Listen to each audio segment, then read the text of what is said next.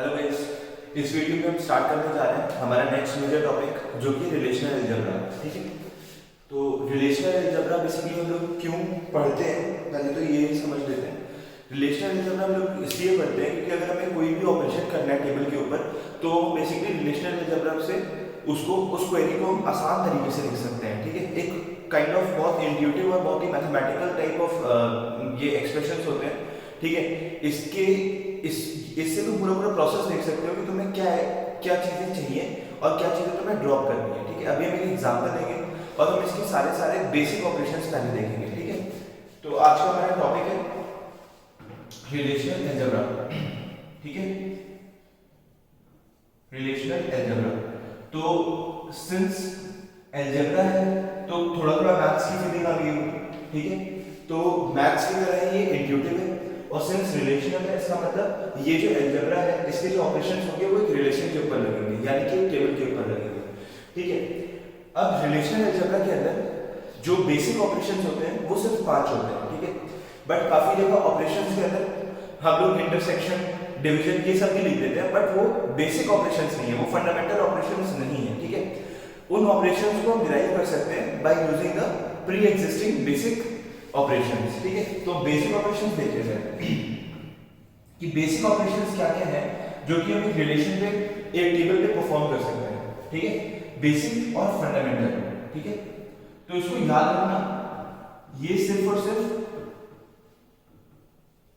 5 है। ठीक है, और एक एडिशनल हम लोग यूज करते हैं रीनेम। ठीक है, तो टोटल बोले तो 6 है। ठीक है, तो सबसे पहला वाला आप देखते हैं, सबसे पहला जो हमारे पास है उसको हम लोग बोलते हैं सिलेक्शन। ठीक है, उसको रिप्रेजेंट करते हैं सिग्मा से, सिग्मा या फिर सिलेक्शन। ठीक है, पहले सिर्फ देख लेते हैं कि कौन कौन से बेसिक हैं, उसके बाद हर एक को डिफाइन करेंगे। ठीक है, हर एक को समझेंगे कि क्या होता है। सेकेंडली एक होता है पाई, पाई को हम लोग बोलते हैं प्रोजेक्शन। ठीक है, प्रोजेक्शन। तीसरा हमारे पास आता है यूनियन। ठीक है, यूनियन को यू से रिप्रेजेंट करते हैं, ये होता है यूनियन, जो हमारे पास थर्ड बेसिक आ गया। फोर्थ बेसिक की अगर हम बात करें तो होता है सेट डिफरेंस, इसको माइनस से लिखते हैं। ठीक है, और ये होता क्या है, ये होता है सेट डिफरेंस, सेट डिफरेंस, ये होता है सेट डिफरेंस। ठीक है, फिफ्थ, अगर मैं फिफ्थ की बात करता हूं तो फिफ्थ हमारे पास एक होता है इंपॉर्टेंट, शायद ये वाला सबसे ज्यादा इंपॉर्टेंट है। ठीक है, इसको हम बोलते हैं क्रॉस। ठीक है, ये होता है Cartesian product, Cartesian, Cartesian product. ठीक है, तो ये हमारे पास हो गए जो बेसिक फंडामेंटल ऑपरेशंस है एक रिलेशनल अलजेब्रा के। ठीक है, एक एडिशनल ऑपरेशन है रीनेम। ठीक है, ये कभी कभी बहुत ज्यादा हैंडी होता है तो हम इसको भी बेसिक में ही मान के चलते हैं और इसका सिंबल होता है रो। ठीक है, इसको हम बोलते हैं rename. As the name suggest, rename जो ऑपरेशन है ये किसी भी टेबल को रीनेम करने के लिए यूज होता है, उसका नाम बदलने के लिए यूज होता है। प्राइमरली इसका यूज तब होता है जब हम सपोज एक टेबल है स्टूडेंट, ठीक है, और मुझे और दूसरी टेबल है मॉनिटर्स। ठीक है, अगर तुम नोटिस करो तो जो मॉनिटर है वो भी स्टूडेंट ही होगा। ठीक है, तो बेसिकली अगर हम क्रॉस प्रोडक्ट लेते हैं मॉनिटर और स्टूडेंट टेबल के बीच में, ठीक है, किसी भी ऑपरेशन को करने के लिए, तो दोनों के दोनों ही स्टूडेंट टेबल्स हैं। ठीक है, बेसिकली मॉनिटर है तो एक सबसेट ऑफ स्टूडेंट ही, तो हम लोग क्या करते हैं, एक टेबल को नॉर्मल नाम रखते हैं और दूसरी टेबल को रीनेम कर लेते हैं। ठीक है, अभी हम उसका एक एग्जांपल देखेंगे कि कब रीनेम की एक्चुअल में जरूरत पड़ती है। पहले तो टॉप डाउन तरीके से हम सबसे पहले देते हैं सिलेक्शन। ठीक है,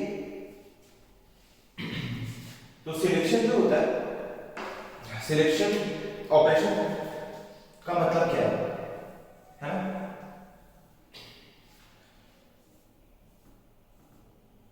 सिलेक्शन ऑपरेशन का मतलब देखते हैं। इट्स बेटर कि मैं रब कर लूं और थोड़ा ऊपर से लिखूं। ठीक है, तो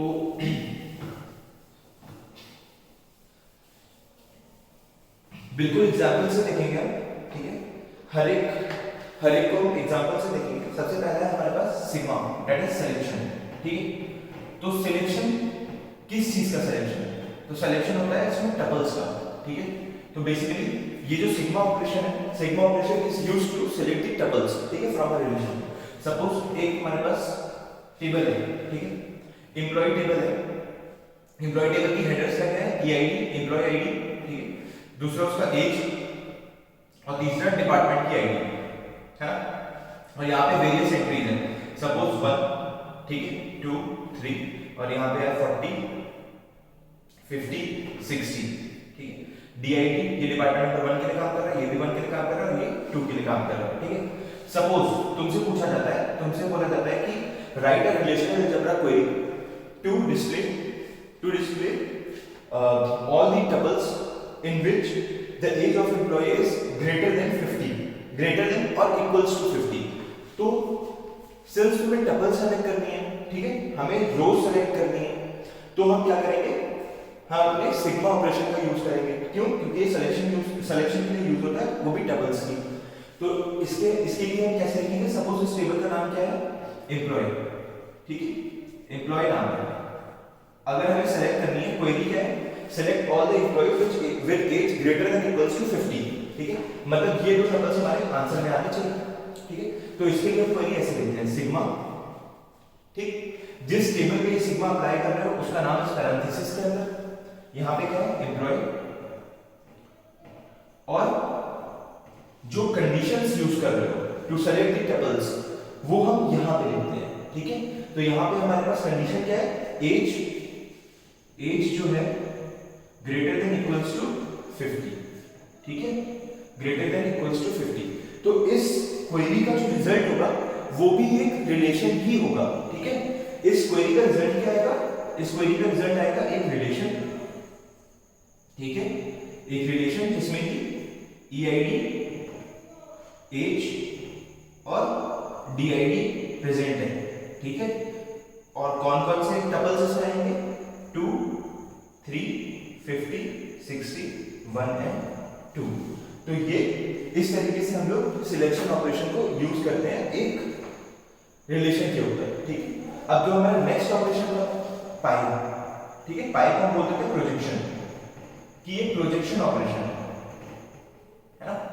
तो प्रोजेक्शन का मतलब होता है कि हमें कॉलम्स पिक करने की आजादी मिलती है, ठीक है।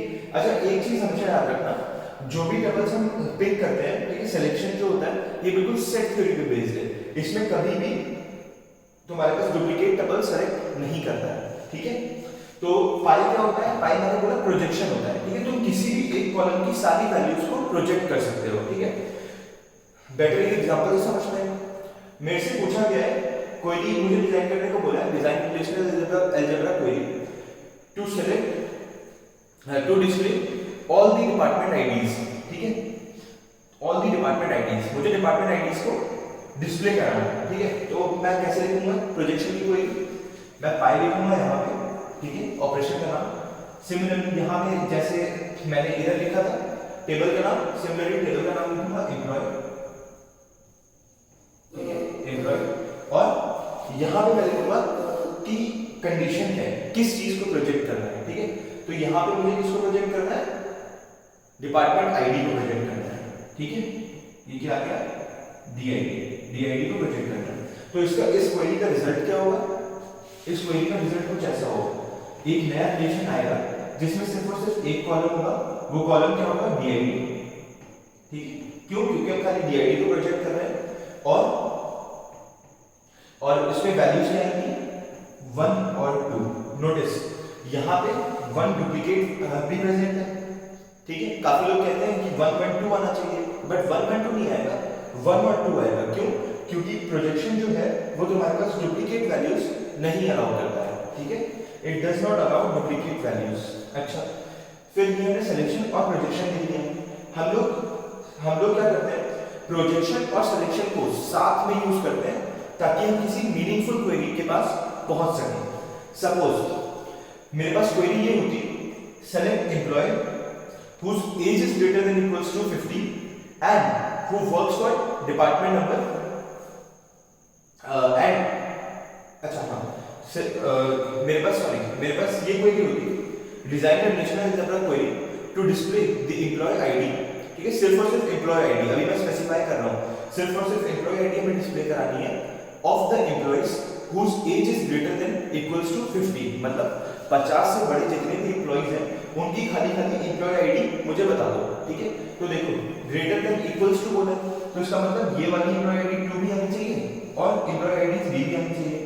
बेसिकली मेरा डिजायर्ड रिजल्ट क्या है कि एक ऐसी रिलेशन बन जाए कि ये ईआईडी लिखा हो यहाँ पे, है ना, और यहाँ पे लिखा हो 2 और 3। तो इस चीज को मैं कैसे डिजाइन करूंगा? तो एक तरीका क्या आता है दिमाग में कि सबसे पहले मैं वो टपल सेलेक्ट कर लेता हूँ जहां पे age greater than equals to 50 है, ठीक है।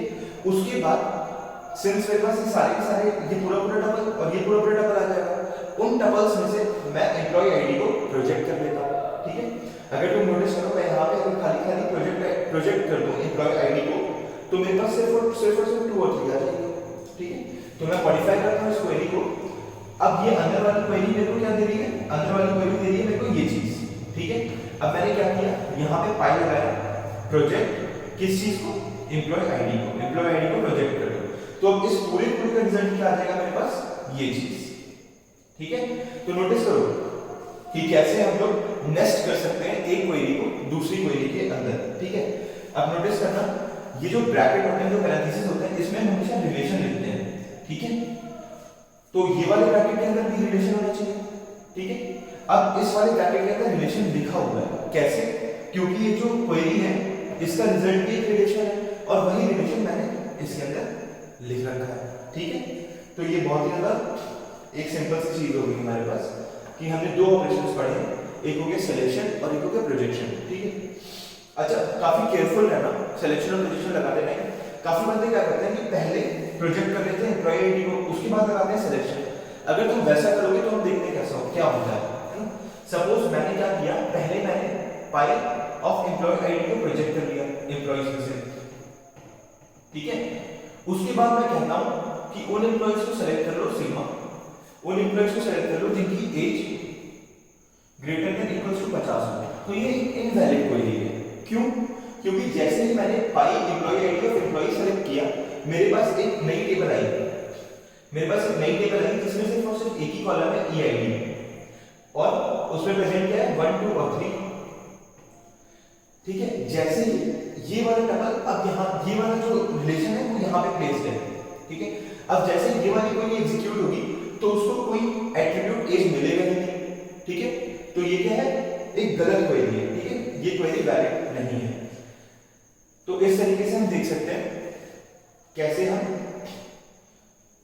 रिलेशन और प्रोजेक्शन का यूज करते हैं, ठीक है। इस लेक्चर से रिलेटेड नोट्स आपको हमारी वेबसाइट पे मिल जाएंगे, जिसका लिंक आपको डिस्क्रिप्शन बॉक्स में मिलेगा। इसके आगे के जो ऑपरेशंस हैं वो हम नेक्स्ट वीडियो में डिस्कस करेंगे, ठीक। Thank you.